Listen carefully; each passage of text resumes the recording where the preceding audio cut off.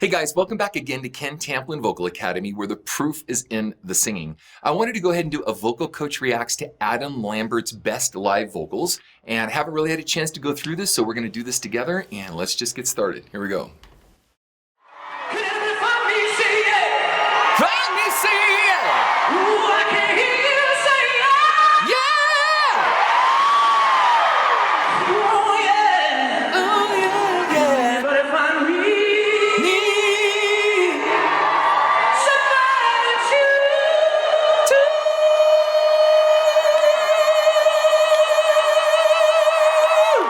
Good job, Adam. There's the bow. Good job. Cool.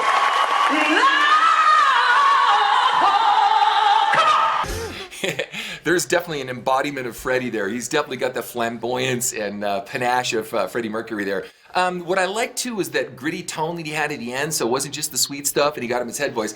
He was able to muscle up some chest to that sound and then also use his head voice and kind of create a mixed voice in between whenever he wants to. That's pretty tough to do. Good tone, good sustain, good resonance in the face, etc. Let's hit the next one. Here we go.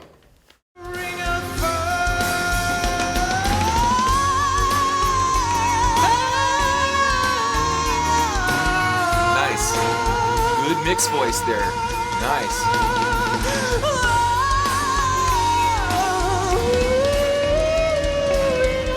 Little pitchy.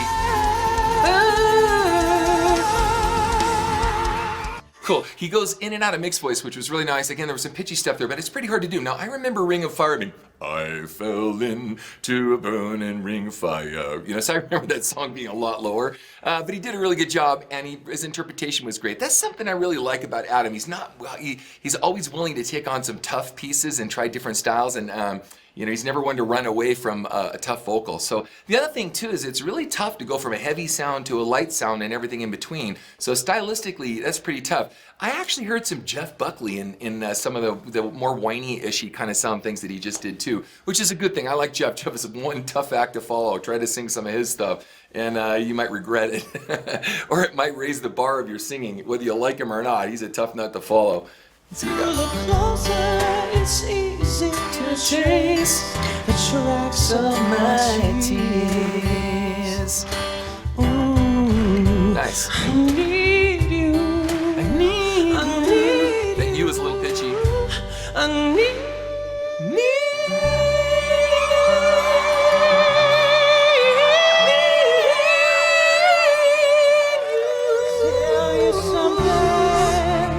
Okay, so again, tough to go through that. That was a little pitchy for me, but I don't know how well he could hear in his monitors and whatnot, and it's really hard to sing lighter stuff because a lot of times what happens in a live situation is they set the dynamic of your headphones and kind of what you hear in the room for what hits the microphone really hard and heavy, and sometimes it's hard to hear really light stuff like that, so you're really kind of flying by the seat of your pants. So he did a great job, man. That's cool. He's going from all these different stylistic sounds, so one minute he's light on a sound, next minute he's kind of operatic or theater on the sound, next minute he's got kind of a belting, almost metal gothy kind of sound to it. Good placement. Notice the placement of his tongue, guys. We've talked about this a lot. He keeps his tongue flat to the base of the jaw, and from the back of the throat, the uvula and the soft palate rises, so it creates maximum space in the back of the throat, which gives us better placement, vowel placement, and gives us more range. So he's got tone working for him, he's got pitch working for him, he's got range working for him, he's got stamina working for him, he's got different styles, different timbres. He's able to go out of chest into head and mixed voice and back. He's able to pull chest up top when he wants to, and he's able to land head voice or a mix of head chest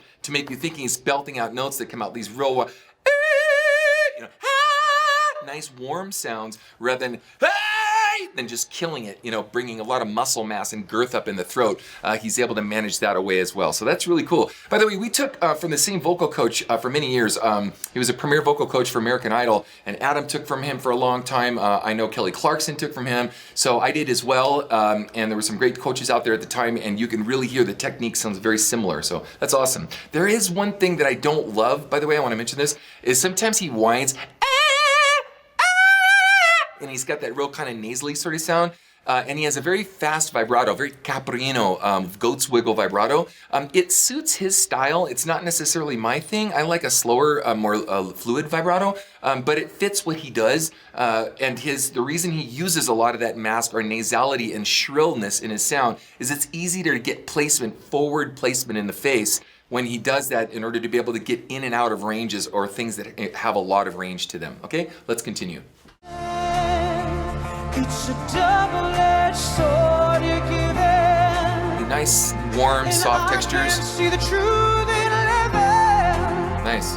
When we hide behind a wall of fear. There's almost a little Brendan Urie in that. You guys hear that? And you don't see it. A little fast vibrato. Twisted dream you listed. And what's the use in pretending? Let's make the smoke and mirrors disappear. A little pitchy there, but that's right. So there are standing. Nice. Okay, the other thing too is, another thing I love about this guy is this guy. What I love about Adam is I never hear him sing with a track, or he's not faking a vocal. He's always singing. Now there may be tracks going on. Let's say he's doing a performance, he doesn't have a band or something, but he's always putting it out there, and he's always really throwing down singing live instead of a lot of artists that don't do that. So kudos to you for doing that, Adam. That's really great. And even sometimes where it may not be the best situation, you still make the best of it. So that's awesome. All right, Broken, VH1 Unplugged. Here we go. I love this song.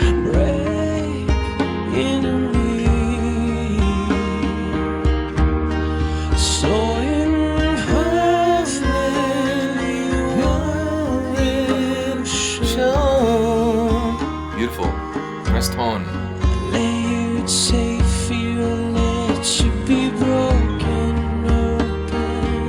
Nice job, dude.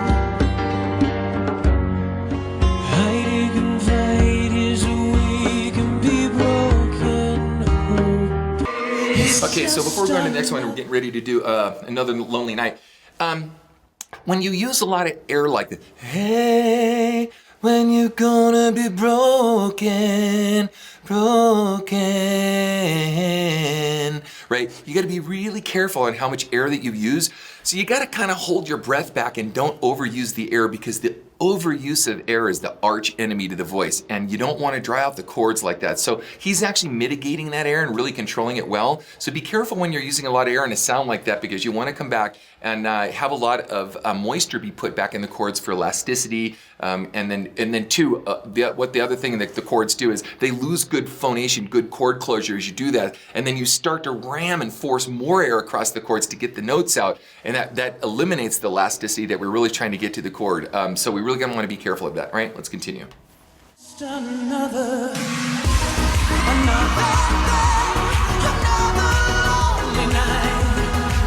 Another cool style.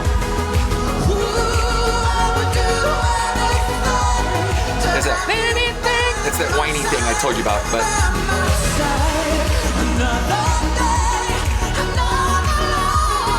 great head voice.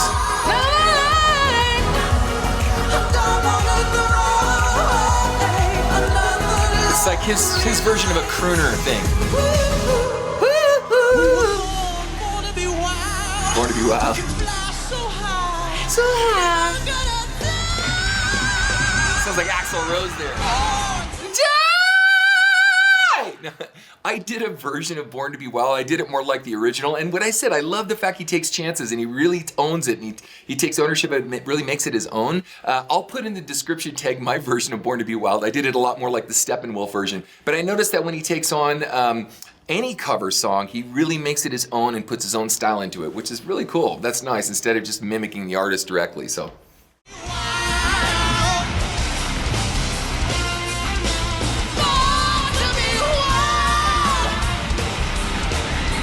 The drummer's killing it.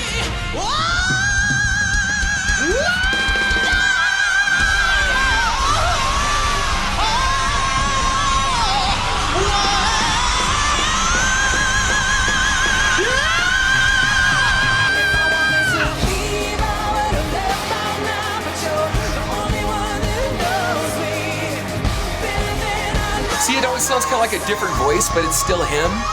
Good placement. Wasn't even hanging those notes, man.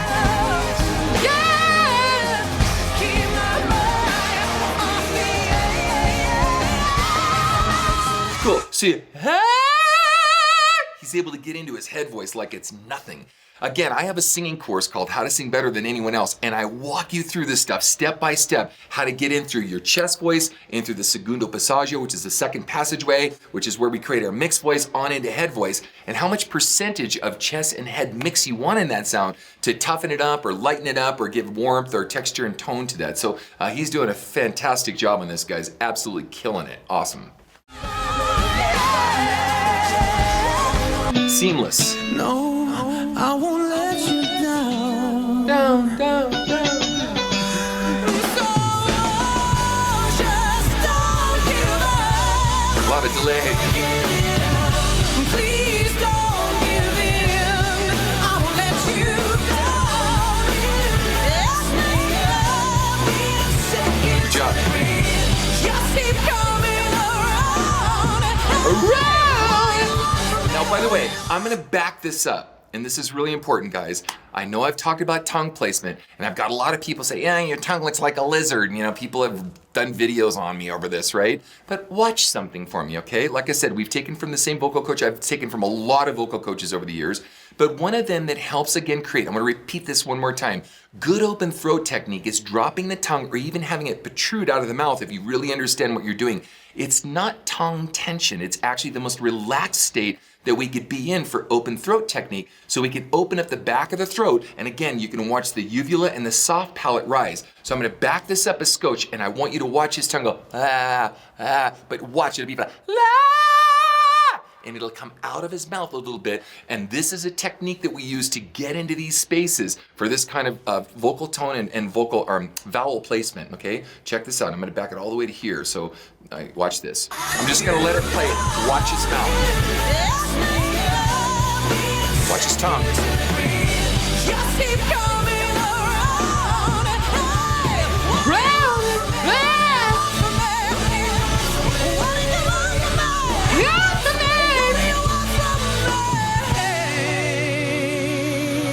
Cool. Did you guys see that? So again, I'm showing you my singing course. Now, it's not easy to do that. You have to really work at that placement. So where some people that are ignorant about this, and I'm gonna use the word ignorant, that don't understand this kind of placement, they think that it's tongue tension, when in fact it absolutely is not. You can also see this in Whitney Houston videos. You can see this in some, Kelly Clarkson videos. Again, she took from the same coach as well.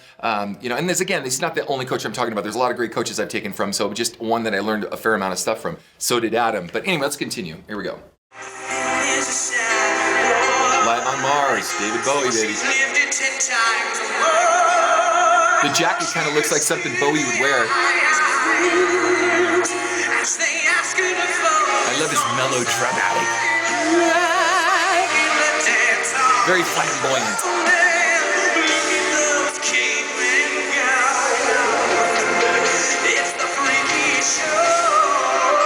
He's got the Elvis pelvis going on.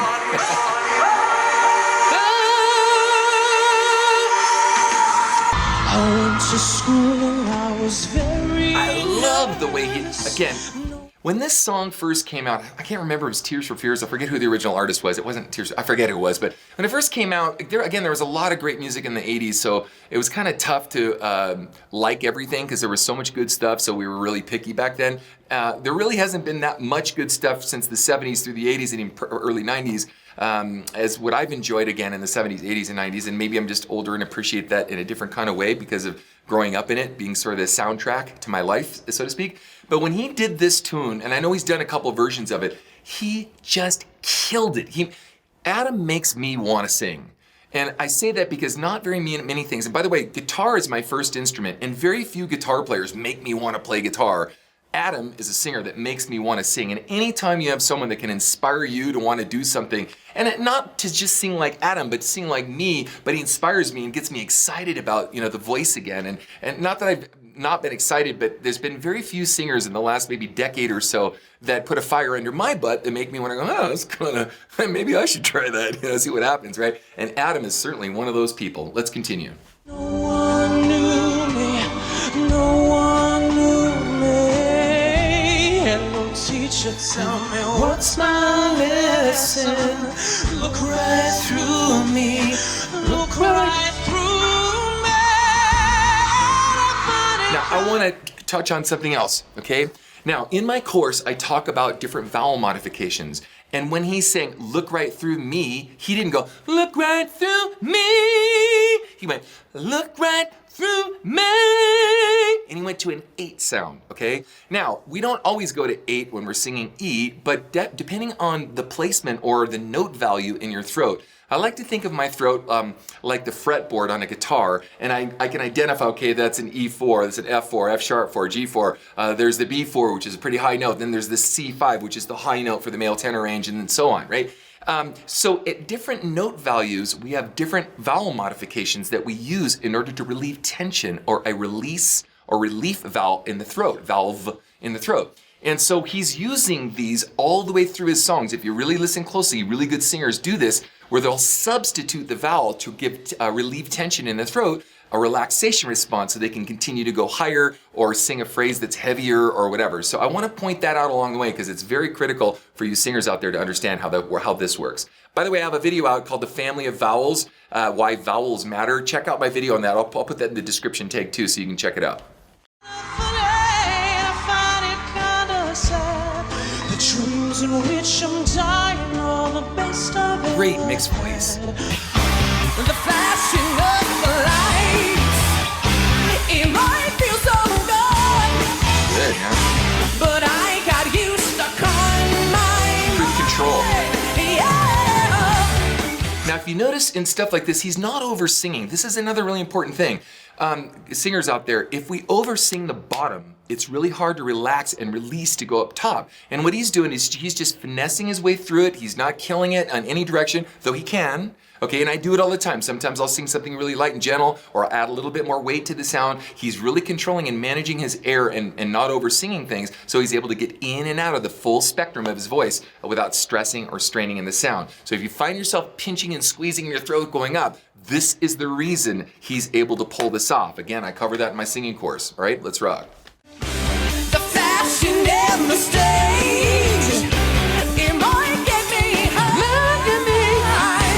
but it don't mean nothing tonight. Good pitch, man.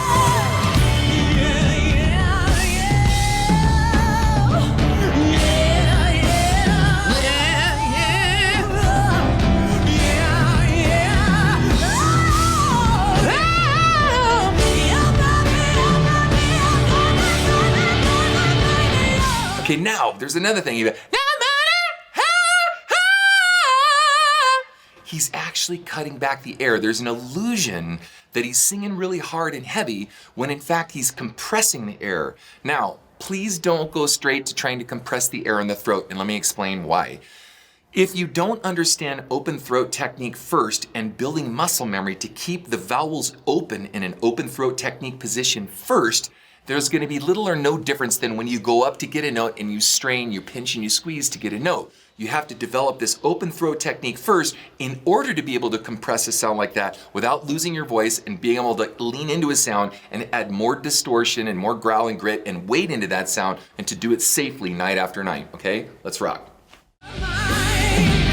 Baby, you're mine, mine.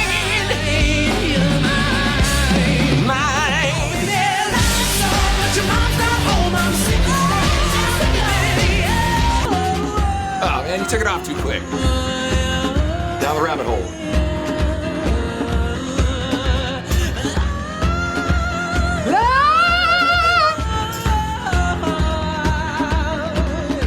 I love those 7th licks.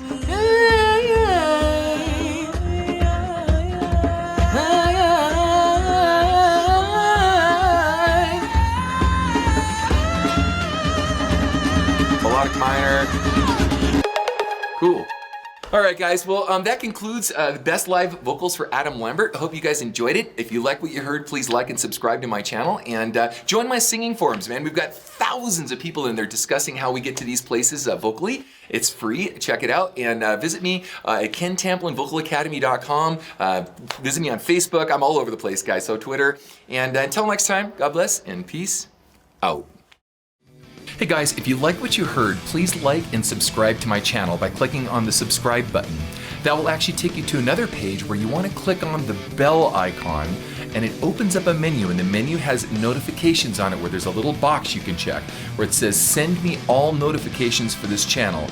Check the box and then click the save button and you'll get notifications from me every time I have a cool video come out. Okay? Thanks guys.